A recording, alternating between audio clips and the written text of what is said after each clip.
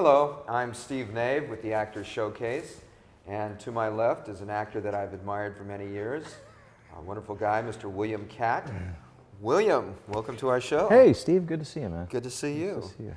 So you're right out here in this area. You didn't have to come too far to see us, did you? Yeah, no. I'm just right over the hill, right over there. I remember seeing you in a movie you shot right on the beach in Malibu, Big Wednesday. Not too long ago, yeah. Yeah. Well, actually, it was too long ago. I'm lying. But I'm a professional liar, you see. Well, that's good. Well, you're an actor, of course. That's right, no. Big Wednesday, yeah, we shot it, a lot of it we shot here in Malibu, and Very Point close. Conception, and El Salvador, and Hawaii, and all over Oh, you the shot? place. Well, really? Wow, I didn't know that. How did you get started? I know you started, you were very young as an actor. I started, I was born into a family of actors. My mother, Barbara Hale, my father, Bill Williams. Right. And Barbara, I should remind everybody, Barbara was Della Street on Perry Mason. Many of us grew up on that, if we wanted to or not. And your father was a great Western star, but he did all kinds of other movies. Oh, yeah. My mother and my father did so many films that I haven't even seen half of them. Well, you've done so many films and TV series, and I loved you on Greatest American Hero, flying in your little red suit and everything. Yeah. That will be my legacy, I'm sure. When I die, they'll have a picture of me like. So we started to talk, your parents were in the business, and then how did you get started in it? Well, I honestly, I think I was influenced a little bit. I used to love to read lines with them when they would study for the lines for their next day of work. And I think I got very good at doing that and reading it with some sense of truth to it. And at a certain point in high school, I wanted to try my wings, so to speak. So I did a role on Rawhide with Clint Eastwood. I think I mentioned before, was one of my first scenes I did. And I was a little younger. I was about 12, actually. Did you know who Clint Eastwood was at that time? Or? Well, he was friends with my parents, so I just knew him as a buddy that would come over to the house. You know. So you were very relaxed on the set, or was it? Yeah, it was pretty relaxing. You know, my dad was in the scene, and Clint was there, and then years later, I really put it away because I thought I was going to be a musician. I studied music and theory at college. And I took a job in the theater running lights and sounds for a very now famous repertory company called South Coast Repertory, which belongs to David M. and Martin Benson. They've won many Tonys now as a best regional theater. And I worked with them for years. I learned my craft there, working with them, and they were affiliated with ACT at the time and Bill Ball's company. And that's where I learned my craft. And I kind of found my way into the theater, and I was always considered myself, and still to this day, consider myself a theater actor. That's my strong suit. It's what I love to do when I have the opportunity to do it, and it led me into film and television. What was your first big break in film or television? I mean, you did the thing with Clint I did a Eastwood, couple but- things as a kid, but I wasn't serious about it. It was just kind of a fun way to get out of school. You know. Cut school. Cut school and go drink coffee and eat donuts on the set. Hey. My first serious role came in a movie of the week with David Janssen and Yaphet Kotto. I think it was called Night Moves, but don't quote me. I'd have to look at my IMDb page and see who were. But it was a movie of the week. I do remember that. And that was my first big break. Wow. And then I How did you like working with David Janssen? Oh, he was... And Yaphet Kotto. David had worked with my father and From Here to Eternity many years before. So they had that relationship as professional friends. But I auditioned for the role, and I won the role on my own merits. And David was very nice to me. Yaphet Kotto was, he was foreshadowing my work. Some of the actors I worked with later on in my life. Yaphet works in the same way that, for instance, like Fairuza Balk works, or Gary Busey, or some of the other kind of left-of-center actors that you have to really be on your toes because they might do something. They never give you the same thing twice, Yeah. and it's very different. So you have to really be thinking on your feet. Right. And all that work you do as an actor, the improv classes that you take, I mean, that all helps you with that, so it doesn't throw you when the camera's rolling, and you have 10 minutes to get the shot. Well, you act like such a or you seem or appear to be a very normal guy. And you mentioned Gary Busey. I mean, there's some actors, I guess, are kind of normal people, and others are a little off the clock there. Well, you know, the profession itself is, you know, you have your own. Each actor has their own eccentricities, and how you ride those pretty much defines your work as an actor. You know? I remember one of your, of course, The Greatest American Hero, which was a hit series for 3 years or whatever it was on. But one of the first things I remember you in was Butch Cassidy and the Sundance Kid, the younger years, and you played Robert Redford's part and did a great job. And was that a lot of pressure to, you know, I mean, that was a huge, huge movie, the original. And you guys, you and Tom Berenger did a great job. Thank you. As, you know, Paul and Robert. But did you feel like you had to step into some pretty big shoes to play that part? Or? Yeah, you know, this came after, my big break in film came, of course, with Carrie. Oh, that's taking right. Sissy to the prom. You were such a brat in that, you know, with the... Well, I actually, people say that. Now, I don't understand Carrie, that because I played it as a straight-ahead good guy. Oh, really? Really. And that and in the film, I played it as if I was actually at the very latter part of the film beginning to fall in love with Sissy. Right. Or with Carrie. Right. And people said, oh, you were Sissy bad. Spacek, actually, Yeah. right, played Carrie. So at any rate, that was my first big break in the industry. And then I went on to do a Joan Darling project at Paramount called First Love, which was a very underrated film, I think. Who was in that with you? Susan Day. Oh, okay, great. From LA Law, I believe she went on to do that. And before that, the Partridge Family. Yeah, she was delightful. Yeah, just that's lovely. And then I did Big Wednesday, and then Butch and Sundance, the early days. Wow. And I didn't immediately accept that, nor did Tom in conversations that we had. Except that you stepped in big shoes, or except that... Well, because the thinking is that, you know, here were Paul Newman and Robert Redford were two of the most beloved stars of Hollywood. Right. At that time, I should say they still are. So. So there was a little bit of danger associated with taking those roles, that we would be some sort of trying to cut them off at the knees, or it was just a money-making proposition, which was not the case. I met with Richard Lester, who directed that film. Richard had worked with the Beatles on their early films. He also did the Three Musketeers, didn't he? That's correct. He did a lot of quirky, little funny things lots of times, yeah. A brilliant English director, brilliant man. And he convinced us that what he was going to do was film a Victorian Western, which I had never seen before. And indeed, when you look at the production design and the film itself, it had that quality about it. It wasn't a traditional Western. It was more Victorian, as told through English eye, British eyes. Now, playing the part of Sundance, did you take anything from Robert, or did you start completely fresh, or how did you approach that? No. Well, you felt that as long as you were chosen to do that role, and it was in fact, I believe, the first prequel, the first time that name had ever been used. Really? Created, Yeah. a prequel. So it took place before the original film. We felt as if we had an obligation to step into their earlier shoes, so that we could give it some sort of a consistency, a cohesiveness to the performances. So I did. I looked at a lot of Bob's roles, and he's an amazing actor. Have you guys ever met? Have you ever? We met once. We met once. What did he have to say? Did he say anything? We just smiled, you know. I mean, he's a here I am as a younger guy. Look at this. I know. Bob Redford, he's a giant star. Yeah. I mean, I think we met at Beverly Hills Hotel one day. Wow. He's a giant star and a giant man. You know, just lovely. You've been in the business a long time, and one thing that we do on this show is we try to give actors or people that are thinking about acting tips on, you know, about the business. And you know, you've been a survivor. I'm sure you've had your ups and your downs, and it's not all, you know, autographs and sunglasses all the time, as they say. No.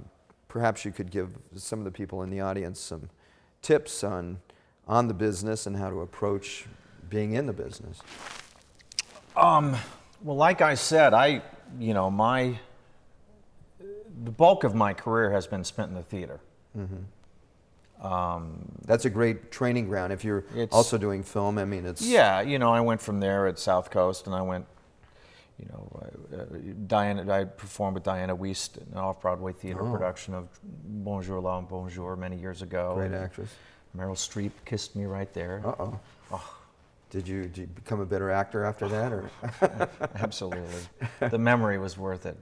Did she use an accent when she kissed you, or was it just? No, I guess she and Diana were good friends, and she felt sorry for me, and trying to we all feel sorry. Hold a candle up to Diana's performance. Anyway, I went from there, and I've done Pippin on a Broadway stage, and I had the great opportunity to work with Bob Fosse and Ben Vereen, Gina Rivera, and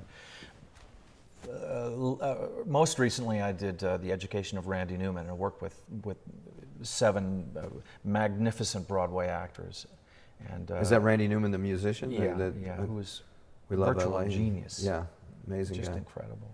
Did you meet with him a lot? I did. He was on stage. He worked with the cast all the time for several months. Did he write it, or was he Yeah. just okay? Yeah, he wrote the musical pieces, and then we all improvised and came up with the book that gave the story. It was the story of his life, the through line. A wonderful piece. I think the reason we didn't go on to Broadway is at the time Twyla Thorpe was developing the Billy Joel musical that she did on Broadway. And I think the thinking was that it was not the right time to move ahead with that. So we didn't do that. So you're But let me digress, because Okay. you asked me specifically if I had anything to offer. For me, I don't think there's any one way to go about being an actor. I think you take the classes and you find the teacher that works for you. And usually it's not one teacher, it's a series of teachers, many teachers over the course of time. And then at the same time you're doing that, you have to get up on stage, and you learn by doing and by watching and working with. I always try and work with better actors so that it makes me better. So Bill, are you one of these actors that sits at the bus stop and watches all the other people walking around and how they limp and how they... Well, I suppose I used to do that, and one of the different schools, when I was going to go to Cal Arts, one of the first years that Cal Arts was open, they put you through this marathon of acting exercises to make sure that you have the right stuff to get into their school. And then, you lay on the floor and pretend you're a piece of bacon, or pick an animal that you want to do, and then it's an animal with a task, and you do all of that thing.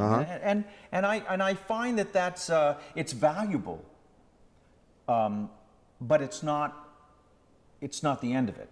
Right. And then you get up on stage and you work with better actors, and you learn by watching them, and you see what they're doing that works for them, and you go, oh, I'm going to try that too. And you steal. Who was it? Marlon Brando always said, "Steal from the best." Oh yeah. So I'll find a moment, or I'll see a moment that an actor does and go, I'm going to steal that. I'm going to use it somewhere. Someday I'm going to use that. And you do. Is there any particular actor that you like stealing from? Or? No. Everybody is fair game. Yeah, everybody's... Oh, yeah. I'm going to steal from you. Well, you sure. should. I would take notes right now. But I did, when I was a young man, I played one of de Guiche's men in an early production of Cyrano de Bergerac with Richard Chamberlain, who, magnificent actor, but on stage, he's just fantastic. Yeah.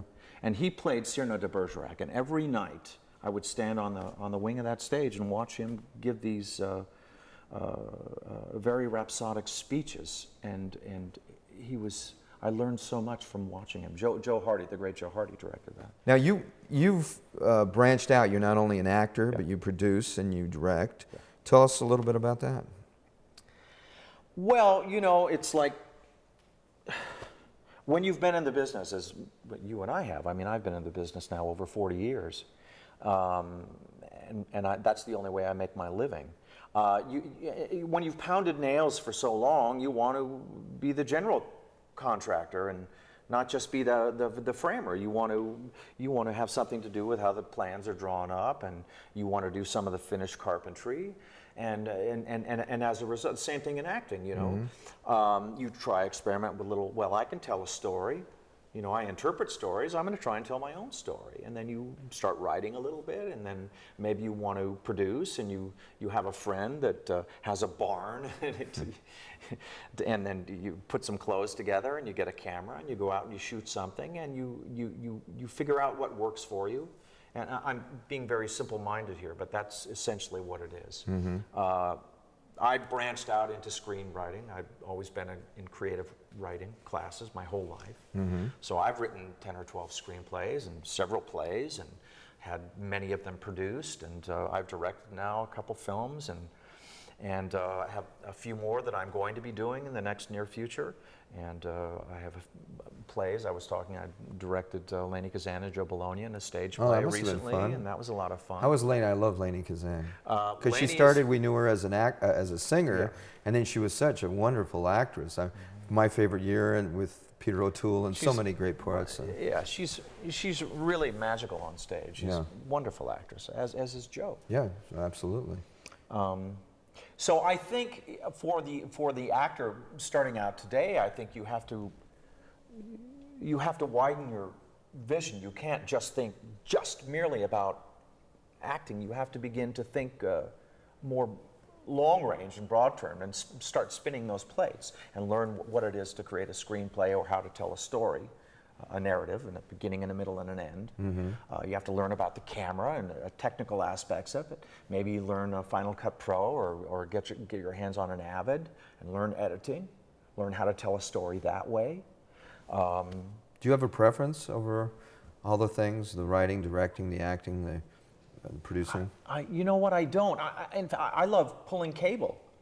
I love just being on a set. We can actually use some help over here. I can see that. I have some cables right over there. I'm going to pull right after we're done here. Just for the exercise alone. Yeah. Is there any actors that have influenced you throughout your career? There's been so many that it would be hard to single those people out. You know, you have the great people on stage, the Gielguds and the Barrymores, and that have been huge influences on me. And then again, you have the wonderful actors like, you know, everybody knows Bobby De Niro and the Pacinos, and there are many of those that are just so unique. They're so in the moment when they're on. Sean Penn is terrific actor. Yeah. Great actor. Yeah. And some of the new young actors coming along. Being a physical guy, you also did a lot of writing and shooting and different things in movies. Did you ever have any close calls or scary times on sets? Or oh yeah. Were you? Could you tell us about that? I was in South Africa once, and there was some explosions going off, and I was doing a film called White Ghost. Did fairly well on DVD, and I got disoriented because, as you know, anyone who's been in the business, you know, when they bury these black powder mortars in the ground, and there's a lot of clay that goes off, and the whole village was on fire, and I got disoriented, and I was going to get severely burned and hurt, and our stunt coordinator, who was very astute, jumped in and pulled me out. That was a time. I've had some close calls in some helicopters. I almost broke my hip on a stunt I was doing, which I don't do anymore because I shut down a crew for a week, and I cost a good friend of mine who's producing. I cost him a lot of money, and I just made an agreement that I would never do that again. There's plenty of good stuntmen who do that way better than me. In the early days, you probably were. You thought that was really. Well, you know, when you're a young actor, you know, everything is ego-driven. You know, so Yeah, we were talking about safety on the sets and stuff, and you've been a union member, and you know a lot of. I mean, you're in a board for Screen Actors Guild and stuff, but I remember Clint Eastwood told Eli Wallach while they were doing The Good, the Bad, and the Ugly, he said, stay away from all the explosions and don't let them do everything. And even though Clint's very physical, even today. Is there any advice you could give perhaps to an actor? I mean, when you were younger, you were ready to, all piss and vinegar, ready to go and everything. You really got to trust the special effects guys too. I remember early on doing a Western with Sammy Davis, and I was by a wagon. And I got, they were letting off these squibs. And what they didn't know is, I had turned my back and this wagon goes off and the shards of wood just riddled down my back and across my neck. Wow. Thank God I wasn't looking or it would have taken my eyes out. I would say to actors... One or both. You could have been like Sammy and you could both have one eye. Yeah, but I'm not as good a dancer as he was. But all kidding aside, sorry. I digressed. Oh, you're sick. If you're not comfortable, you get on a set and you're in that situation, and in some of these lower budget films that actors tend to do these days for the web and whatnot, you might be asked to be put into a compromising situation in that regard, safety-wise. And I would say if you feel a shred of uncertainty about it, that you shouldn't do it. And an actor has the right to speak up and say, you know what, I'm not comfortable doing this, and don't be pressured into doing it. You don't have to do it. Mm-hmm. Where do you see yourself in the next few years, next 5 years? Are you going to be hopefully alive? That's always a plus, upright, upright. Yeah. And working in doing what I love to do, So which is being in this all. business. Right. And whether it's directing or acting or merely as a writer or pulling cable or behind the camera in some capacity, I'm a happy guy. You love the business. I do. Well, we love watching you, and we loved your work, and I want to thank you very much for appearing on the Actors Showcase, and I hope to see you again real soon. Thank you. So this is Steve Nave again, saying thank you for watching the Actors Showcase. We had a great time talking to Mr. Bill Katt, William Katt, and we hope to see a lot more of him real soon. We'll see you on our next episode.